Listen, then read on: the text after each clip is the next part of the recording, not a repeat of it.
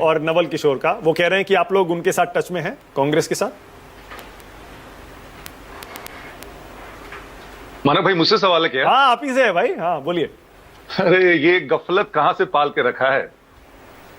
मतलब मुझे कांग्रेस के लिए दो लाइनें याद आती है कि हम खुदा होते अगर दिल में ना होता कोई मुद्दा।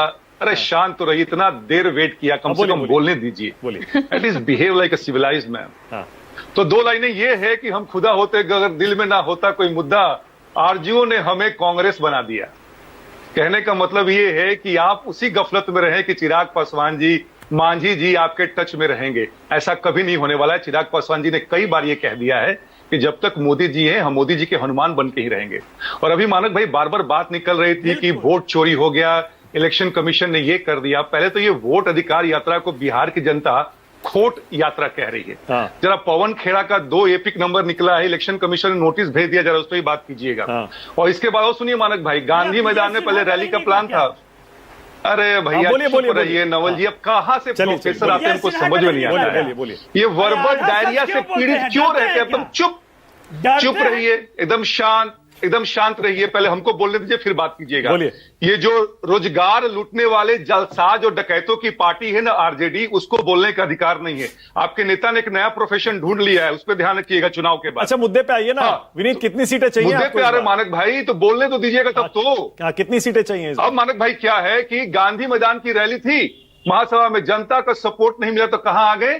रोड पे आ गए। यही हाल 2025 के चुनाव में भी होने वाला है। और सबसे महत्वपूर्ण बात ये बताइए कि आप शायद ये बात नहीं बताएंगे या शीतल जी ने नहीं बताया है, कांग्रेस ने जो ये अधिकार यात्रा निकाला है 14 दिन का, 13,000 किलोमीटर का, इसका जो है 1300 किलोमीटर का, इसका जो है कि आरजेडी का जो गढ़ है, आप याद कीजिए रोहतास से लेके औरंगाबाद से लेके और पटना आते आते ये आरजेडी के गढ़ में सेंध लगाने की बात हो रही है। और यहीं से प्रेशर टैक्टिक्स की बात हो रही है। नहीं भाई, 110 120 सीट जो कवर किया है उसमें से 80 तो एनडीए के पास है। इस वोटर अधिकार यात्रा में जो 110 सीटें कवर हुई हैं, उसमें 80 एनडीए के पास है। मैं रीजन वाइज आपको बताता हूं ना। अब शाहबाद की बात कर लिए, शाहबाद में कितने सीट है? नहीं, एक मिनट, अच्छा रुकिए ना, इस पर नहीं जा रहे, आज के मुद्दे पर आ रहा हूं। जरा बताइए ना आपको कितनी सीटें चाहिए, क्योंकि अरुण भारती तो कह रहे हैं कि हमें 43 और 137 के बीच में चाहिए कुछ। मानक भाई, जो रेंज जो कोट किया गया है, हमारे बिहार प्रभारी और जमुई सांसद ने ये कोट किया है। और हम चाहते हैं, देखिए हमारा एक पृष्ठभूमि है, जीतने का रिकॉर्ड है 100% का, और हम चाहेंगे कि ज्यादा से ज्यादा सीट हम मिले ताकि हम एनडीए को मजबूत करें। 100% का कहां से आपका रिकॉर्ड है भाई? स्ट्राइक रेट 100 का कब से हो गया?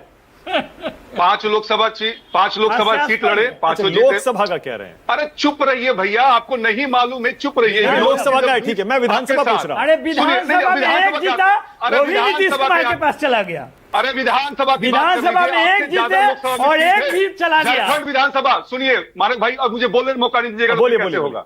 झारखंड में हम जीते, हम एक सीट पे चुनाव लड़े, एक वहां भी जीते। अब सुनिए, 6% का वोट मार्जिन है 137 सीटों पे। और ये डॉक्टर नवल जी के लिए है कि अगर तेजस्वी यादव के विरोध में हमारा उम्मीदवार नहीं जीता तो राघोपुर से तेजस्वी यादव हार जाते।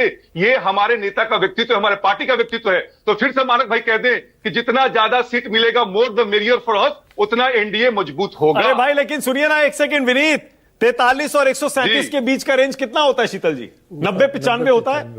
90-95 सीट चाहिए आपको 243 में से। Manak ji, convenience is not the name of the game.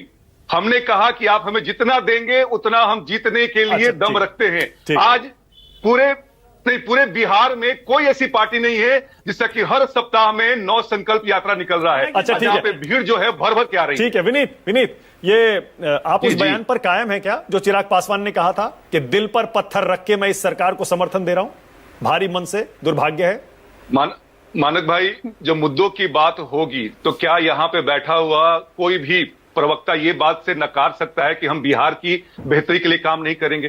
क्या हमें नहीं मालूम था कि थोड़ा विधि व्यवस्था में अगर कहीं लूज एंड है तो एक घटक दल का क्या नैतिक दायित्व होता है कि हम उसको बताएं? और देखिए, सरकार ने संज्ञान लिया, गंभीरता से ये चीजें खत्म हो गई। ठीक है, ओके। शीतल जी, सीटों का पेंच ज्यादा कौन से गठबंधन में फंसा है, इधर या उधर?